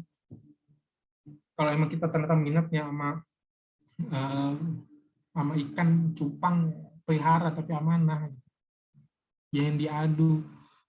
Yaitu jadi Rasul itu bukanlah cita-cita umat semata, teman-teman. Munculnya Rasul ke dunia ini tuh bukan untuk menjadi angan-angan, bukan untuk menjadi mimpi, bukan untuk menjadi sesuatu yang seolah-olah itu tidak akan pernah terjadi, enggak. Tapi apabila semua orang kualitasnya sama seperti Rasulullah, itu tidak akan mengangkat derajat Allah. Loh, kok gitu Bang? Lu berani banget dan ngomong. Karena derajat Allah itu udah paling tinggi. Nggak ada yang bisa naikin, nggak ada faktor yang bisa naikin derajat Allah lagi, itu nggak ada. Mau sampai sebumi isinya orang munafik juga, derajat Allah nggak turun. Mau sampai ternyata isinya adalah orang-orang kafir semua, sebumi, derajat Allah juga nggak bakal turun. Jadi kita bisa seperti Rasul itu bisa, karakter itu bisa seperti Rasul. Jadi jangan khawatir tentang itu. Jadi jangan, kalau ditanya siapa suri tauladannya, Nabi Muhammad gitu. Kenapa? Karena iya, beliau adalah suri tauladan buat kita, beliau ada contoh untuk kita semua. Padahal kita nggak itu pas ditanya emang bisa, ya nggak bisa lah, lu mikir aja jadi Rasul tuh gimana. Ya, bukan mikir aja, ya lu yang mikir aja, bisa lah Rasul tuh dijadiin, kita tuh seperti Rasul tuh bisa banget. Nggak perlu ada yang diragukan. Nah, biasanya hal-hal seperti inilah yang membuat kita gap-nya itu terlalu jauh sama para pemateri kita. Pemateri bilang di ayat ini dikatakan bahwa Rasulullah bla bla bla bla bla bla. Di hadis ini dikatakan Rasul ini bla bla bla. Kita iya aja kan sebagai pendengar, oh iya. Tapi sebenarnya kita nggak tahu sebenarnya Rasul itu hidupnya kayak gimana sih. Kehidupan Rasul itu serius-serius mulu emang 24 jam. Oke lah 24 jam. 24 jam tuh emang Rasul serius mulu apa gitu? Ya enggak juga. Ada bercandanya, bro. Ada bercandanya terus. Terus kalau misalnya ditanya, Bang, tapi Rasul pernah buat kesalahan enggak? Silakan buka terjemahan surat Abasa. Itu Allah jadikan pelajaran untuk umatnya dari kesalahan Rasul itu sendiri. Terus tentang masalah insya Allah, teman-teman, insya Allah tuh maknanya berat ya. Itu kenapa setiap umat muslim itu dianjurkan menjanjikan sesuatu dengan insya Allah tuh coba cek itu cerita di balik itu adalah kesalahan Rasul itu. Silakan searching. Google tuh udah pintar banget sekarang. Jadi ada kesalahan-kesalahan Rasul yang itu jadi pelajaran untuk umatnya. Karena apa? Itu sebagai pembuktian bahwa Rasul itu adalah manusia gitu. Bahwa Rasul itu bukan sesuatu yang hanya didambakan, kita bisa seperti beliau. Nggak perlu khawatir, nggak perlu kayaknya mustahil banget jadi karakter mirip sama Rasul, enggak. Oke, sekian materi yang insya Allah bisa jadi kita diskusi hari ini. Untuk yang lain-lainnya mungkin kita bisa diskusikan. Abang kembalikan ke MC. Alhamdulillah sudah selesai teman-teman yang terkait materinya tentang Rasul. Bahwasannya Rasul itu ya bukan malaikat, Rasul itu manusia seperti kita. Jadi Rasul juga bercanda, Rasul juga romantis, Rasul juga ya seperti manusia seperti biasanya lah. Baiklah teman-teman, mungkin di antara teman-teman di sini ada yang masih penasaran sama materinya, boleh ditanyakan kepada Kak Kolan. Dan ada 3 door prize bagi 3 pertanyaan pertama. Karena itu langsung aja kalau ada yang ingin ditanyakan bisa melewati chat box ataupun langsung one mic.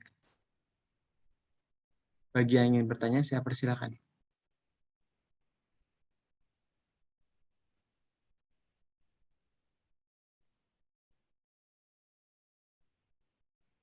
Niko Sufi ya? Apa semuanya udah paham semua ini?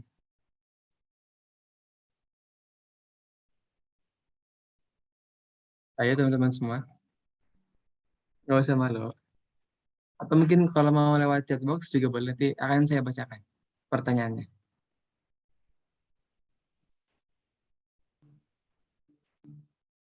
Oh, itu ada yang bertanya di kolom chat.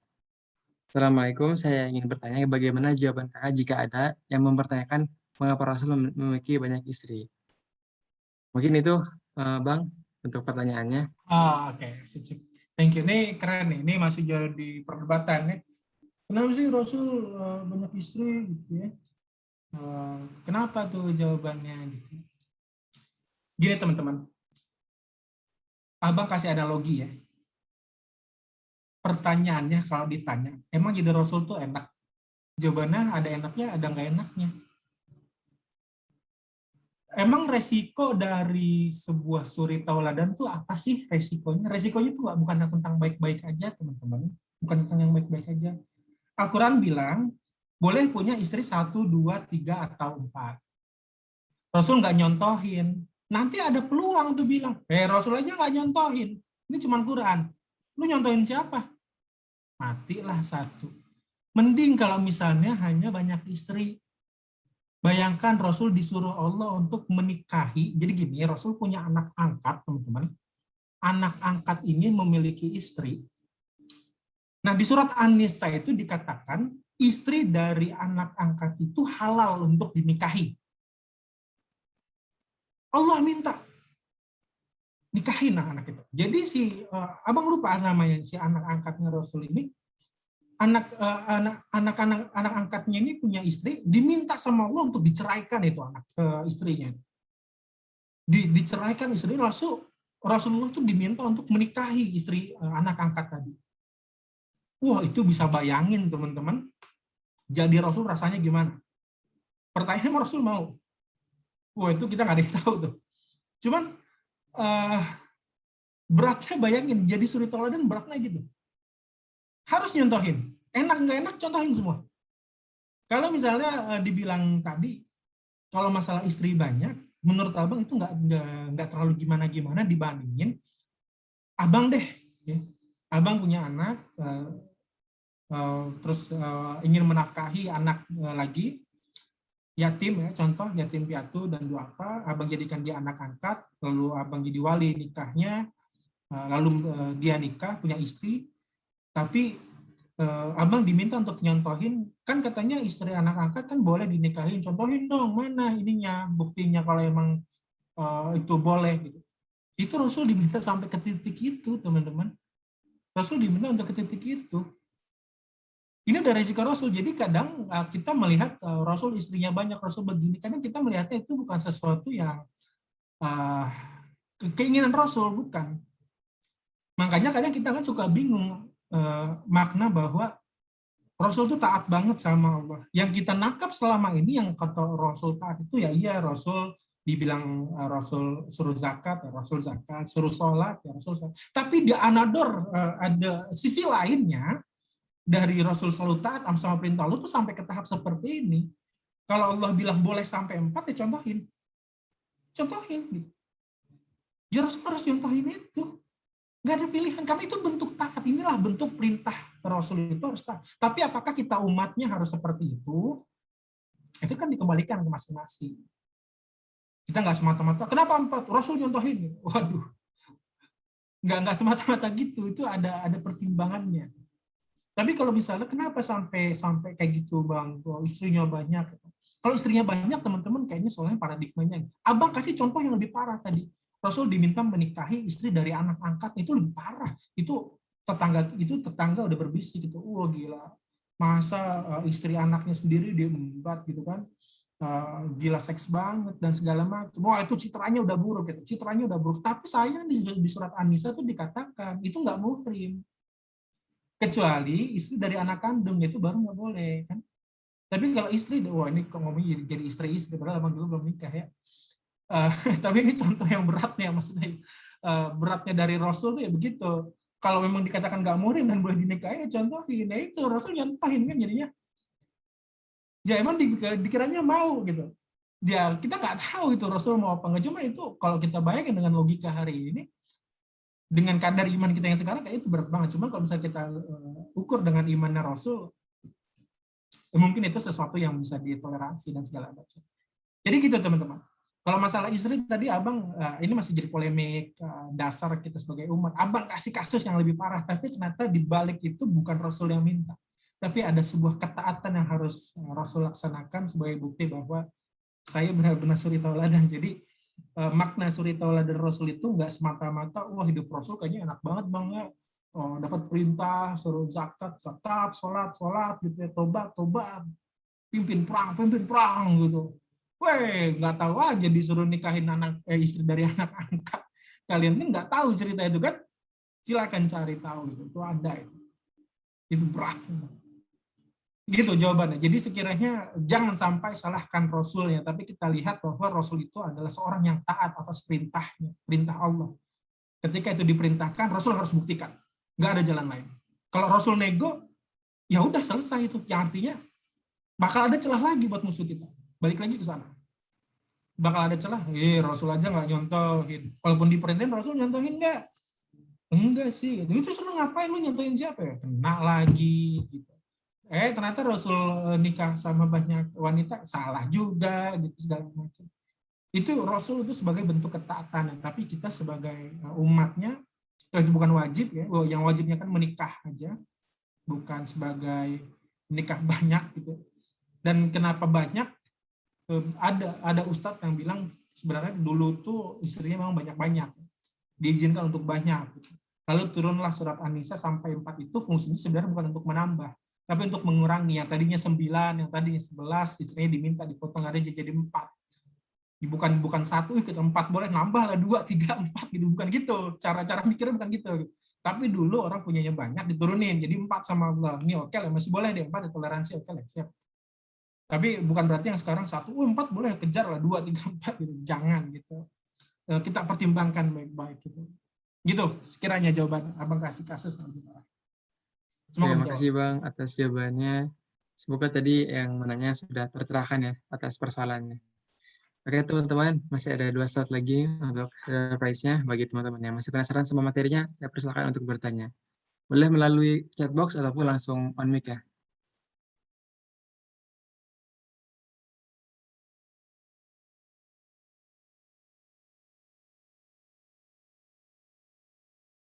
Oke teman-teman.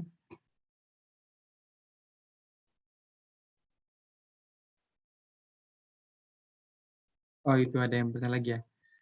Assalamualaikum, saya Anita, izin bertanya, bagaimanakah perilaku Nabi Muhammad SAW pada saat Nabi belum dewasa? Apakah sama seperti anak-anak biasanya?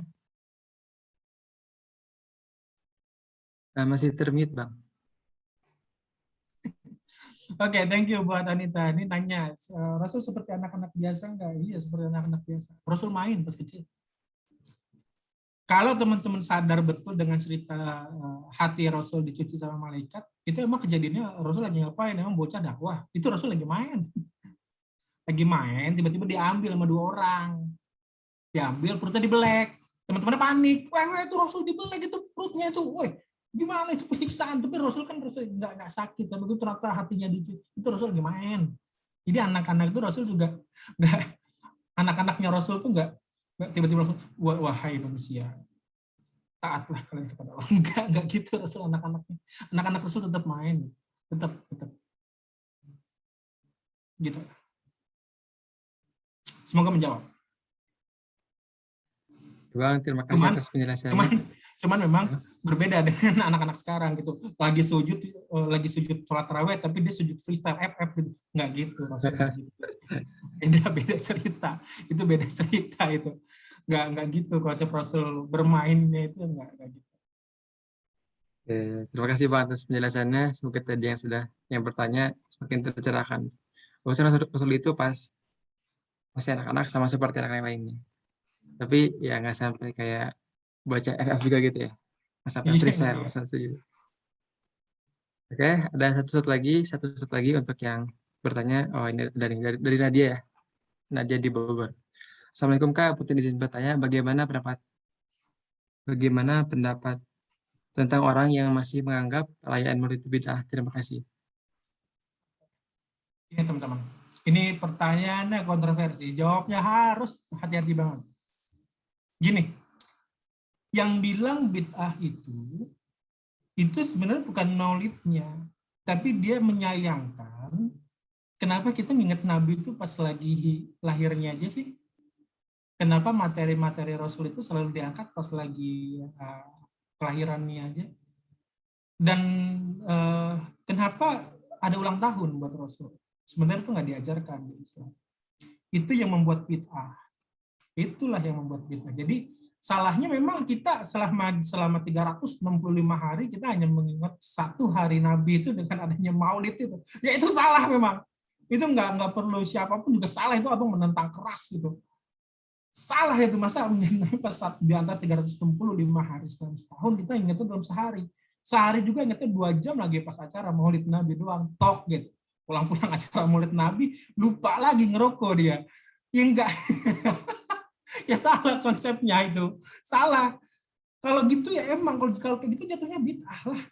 Kalau kayak gitu jatuhnya bid'ah. Karena ya siapa yang ngajarin nginget Rasul dalam satu hari doang? Itu siapa yang ngajarin? Nggak ada. Tapi kalau misalnya kondisi kita dalam satu hari, kita mengingat bahwa hari ini adalah hari yang bersejarah buat Maulid, mendekatkan kita kepada Nabi, menjatuhkan lagi cinta kita, mendalamkan cinta kita, nggak masalah. Tapi kalau misalnya yang dibikin bid'ah itu adalah kondisi aktual hari ini yang membuat bahwa seolah-olah di antara 365 hari itu kita mengingat Rasul hanya di satu hari, di Maulid Nabi ini aja. Kalau itu Pak Abu juga nentang keras, jatuhnya bukan bid'ah, malah sesat. Malah sesat kalau kayak gitu. Bukan bid'ah lagi, itu udah siapa yang lo contoh gitu. Tapi memang di beberapa pihak yang menyayangkan dengan adanya perayaan Maulid Nabi itu seolah-olah happy birthday, ya kan? Barakallahu fi umrik. Itu kalau versi orang luarnya happy birthday, versi FSRB-nya barakallahu fi umrik gitu. Tapi ada emot-emot petasannya sama aja sih sebenarnya. Nah itu memang sayangnya di situ, karena kondisi kita hari ini adanya Maulid Nabi itu bukan adanya pesta, bukan adanya foya-foya, bukan adanya sesuatu yang Nabi Muhammad ulang tahun loh, Nabi Muhammad ulang tahun loh, kita nggak sampai ke sana. Tapi kalau misalnya tadi yang dibilang bid'ah itu adalah pertanyaan besarnya gitu, kenapa kita hanya mengingat Nabi di waktu kelahirannya saja? Kalau di situ mah abang doknya bukan masalah bid'ah lagi, ya sesat lah, jatuhnya sudah sesat. Seperti itu. Nadia, semoga menjawab. Baik Bang, terima kasih atas jawabannya. Di sini ada satu pertanyaan lagi Bang, dari Pipit Sapitri. Assalamualaikum Kak, menanya bagaimana cara membangkitkan semangat meneladani sifat Rasul di zaman sekarang. Oke, bagaimana membangkitkan semangat meneladani sikap Rasul? Gini, yang pertama adalah semangat yang harus kita ambil dari Rasul itu adalah bukan semangatnya yang mengapi-ngapi. Karena untuk mencapai ke sana, kita butuh beberapa langkah. Tapi yang pertama itu adalah kita berkomitmen. Kenapa berkomitmen, Bang? Hari ini, teman-teman, apalagi kita jatuhnya masih muda ya. Abang juga memudahkan diri lah. Insya Allah juga masih muda nih. Gini, gimana ya cara bilangnya ya? Jadi komitmen itu, oke, langsung ke studi kasus deh. Anak muda, ceritanya kehabisan waktu karena main Instagram sampai ke skip waktu sholat asar. Skip waktu sholat asarnya nggak, skip lah, sampai ke skip banget sampai maghrib gitu. Nah itu yang kita perbaiki komitmennya dulu. Yang artinya sebelum kita membangkitkan semangat kita untuk berdakwah ke orang lain, ada yang harus kita bangkitkan itu tentang komitmen diri kita sendiri dulu. Dan biasanya yang mematikan semangat dakwah kita adalah ekspektasi dakwah Rasul itu ke kita. Yang selama ini kita pikirkan adalah dakwah Rasul itu seperti ngomong di mimbar, ngomong di majelis-majelis, ngomong di banyak orang, di 20 orang, padahal dirinya kemampuan public speaking-nya perlu dilatih lagi. Sehingga ya nggak bisa deh dakwah sama kayak Rasulullah. Ya jauh deh sama, ya nggak bisa melanjutkan perjuangan Rasul deh. Kan nggak bisa ngomong di depan umum. Teman-teman, dakwah itu bukan tentang kita berbicara di depan publik. Misal lagi nongkrong, cowok-cowok nih, bang, emang nongkrong boleh ya? Boleh bro. Abang sedang nongkrong. Ada yang tahu Saras? Boleh kita main-main di sana ntar. Bisa dirasa Yasmin. Kalau ada yang tahu, silakan kita bertemu di sana. Boleh nongkrong. Tapi pas waktu sholat, nggak perlu ngajak dulu. Nggak perlu ngajak dulu. Pas waktu sholat kita izin aja sama teman-teman. Sholat dulu ntar. Kasih gue waktu 10 menit sampai 15 menit. Sehari ngelakuin hal itu. Besoknya lakuin lagi. Besoknya lakuin lagi. Nggak perlu ngajak. Sumpah demi apapun nggak perlu ngajak. Sampai kita ngelakuin itu secara komitmen, sampai teman-teman tongkrongan kita itu tahu kalau udah waktunya sholat, tolong sediain waktunya si Kolan buat sholat. Atau sampai mereka kenal bahwa Kolan itu nggak pernah meninggalkan sholat. Sampai orang kenal itu udah dakwah. Jadi dakwah itu nggak selalu tentang Bismillahirrahmanirrahim. Innalhamdulillah. Nggak harus gitu. Awalnya nggak harus gitu. Teman-teman di apa namanya, di Instagram, di media sosial, ngingetin teman-teman kerudungnya ada yang terlihat rambutnya selai 2 helai. Ingetin aja di DM rambut kerudungnya dong cantik. Diingetin terus. Atau kita contohin di tongkrongan. Ahwat lagi ngumpul, kok nongkrong sih? Ahwat lagi ngumpul. Pas lagi ngumpul, yang biasanya kerudungnya panjang, tiba-tiba pada ngelempar. Pada kerudung lempar. Ahwat stay dengan kerudung panjangnya. Atau lagi olahraga, yang lain tetap pakai, tiba-tiba berubah pakai kerudung pendek. Kita tetap menggunakan kerudung panjangnya. Kita nggak perlu ngajak dulu. Untuk di tahap awal itu, kita nggak perlu ngajak dulu. Kan seolah-olah yang membuat kita semangatnya turun adalah ekspektasi kita, apa yang kita lakukan dengan dakwahnya Rasul itu gapnya kejauhan. Nah, itu yang membuat kita kayaknya nggak bisa deh dakwah kayak Rasul. Padahal untuk nyampe ke sana nggak bisa langsung satu langkah. Kita stay dengan kerudung panjang kita. Yang teman-teman Ikhwan stay dengan menutup auratnya. Dalam misal futsal kita akan pakai celana pendek, kita tanamin lagi pakai leg sleeve, atau kita pakai celana yang 3/4 dan segala macam, dan segala macam lah. Jangan sampai tahap di mana kita tuh harus ngajak dulu. Kalau kita langsung ekspektasinya ke sana, ya orang mikirnya nggak bakal ada yang mampu buat dakwah, nggak bakal ada yang mikir ke sana. Itulah yang membuat kadang semangat kita turun. Padahal itu yang diharapkan itu memang ke sana. Cuman untuk langkah kita kan nggak langsung ke sana, teman-teman. Kalau misalnya tadi yang Ahwat, gimana Kak membangkitkan semangatnya? Tadi pertama komitmen dulu sama diri kita sendiri. Yang kedua, nggak perlu sampai tahap ngajak dulu. Kamu stay dulu sama kerudung panjang kamu stay dulu sama menutup aurat kamu minimal. Yang lain misal di sekolahnya pakai kerudung, tapi pas nongkrong kerudungnya dibuka, kamu stay dengan kerudung kamu. Pas ditanya jawabannya, karena ini hukum Islam. Waduh, nyari masalah. Jawab kayak gitu loh. Jangan, jawabnya bilang aja, nyaman pakai kerudung kok bisa. Nggak harus di sekolah pakai kerudung, di mana aja pakai kerudung bisa.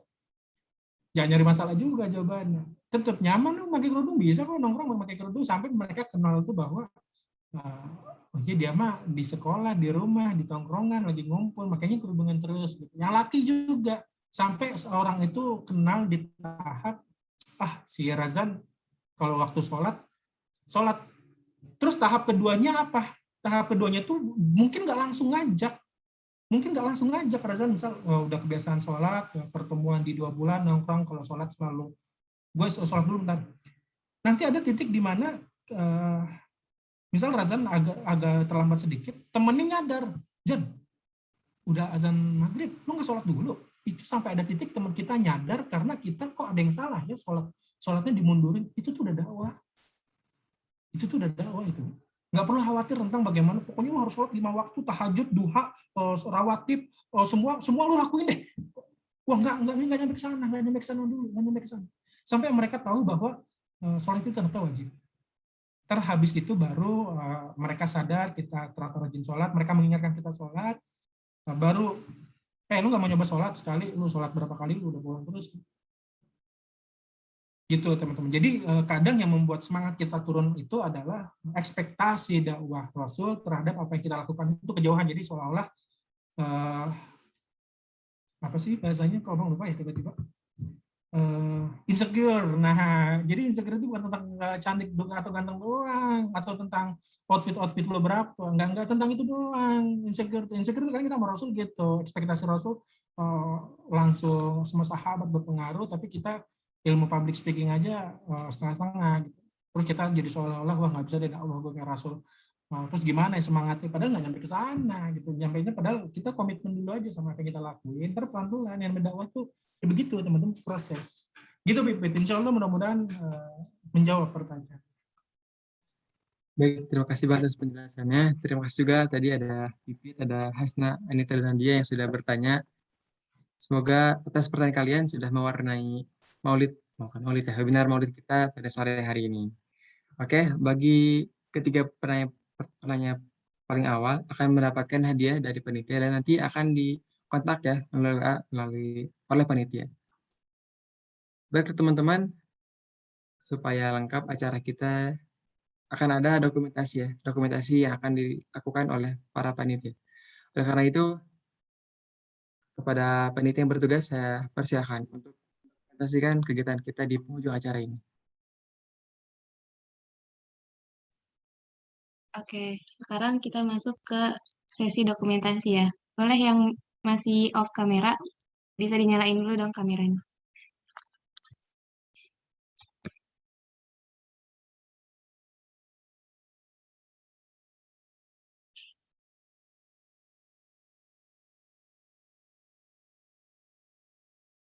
Ayo yang lain gimana nih? Bisa dinyalain dulu kameranya.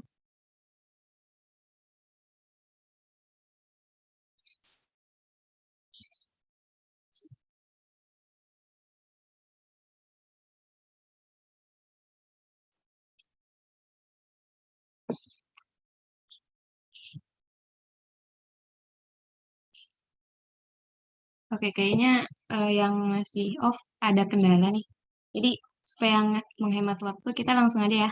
Ada sesi dokumentasi. Boleh dipersiapin ya apa sih posenya, pose terbaiknya. Oke, 1, 2, 3. Nah, oke. Sudah selesai. Kembalikan ke MC. Oke, terima kasih nih saya sudah mendokumentasikan acara kita di penghujung acara ini. Semoga seluruh materi yang sudah disampaikan oleh Bang Walan bisa kita serap baik-baik, bisa kita amalkan, dan tentunya bisa kita sampaikan kembali kepada muslimin lain di kemudian hari. Amin ya rabbal alamin. Tak terasa waktu telah berjalan begitu cepat dan kita sudah berada pada penghujung acara. Oleh karena itu, untuk melengkapi keberkahan, akan ada doa yang insya Allah akan saya pimpin. Bagi teman-teman, marilah kita angkat kedua tangan kita kosongkan pikiran kita tenangkan hati kita untuk berdoa kepadanya di penghujung acara ini. Bismillahirrahmanirrahim. Alhamdulillahirabbil alamin, hamdan na'imin, hamdan syakirin, hamdan yuwafi ni'amahu wa yukafi'u mazidah. Ya Rabbana lakal hamdu wa lakal syukur kama yanbaghi li jalali wajhika wa 'azimi sultanik.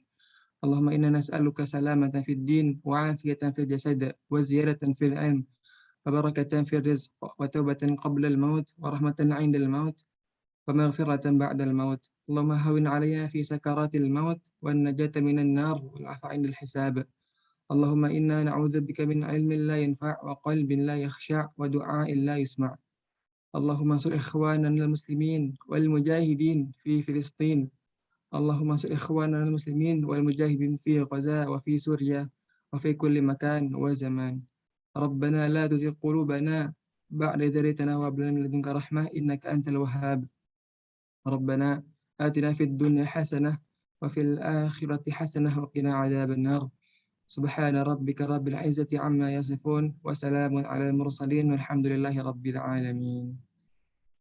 Alhamdulillah kita sudah melalui rangkaian acara webinar Maulid yang FSR berselenggarakan pada sore hari ini.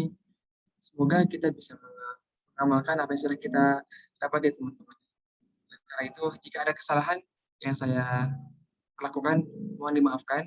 Karena sesungguhnya kesalahan datang dari saya sebagai manusia dan kebenaran hanya Allah yang berhak untuk menghadirkannya. Oleh karena itu, mungkin akan saya tutup. Wassalamualaikum warahmatullahi wabarakatuh. Waalaikumsalam. Waalaikumsalam warahmatullahi wabarakatuh. Bro, makasih Bro Kaulan. Makasih Kak Fatim. Teman-teman semua makasih ya, Masya Allah. Semangat. Terima kasih Kang, terima kasih semuanya. Insya Allah, siap. Irfan.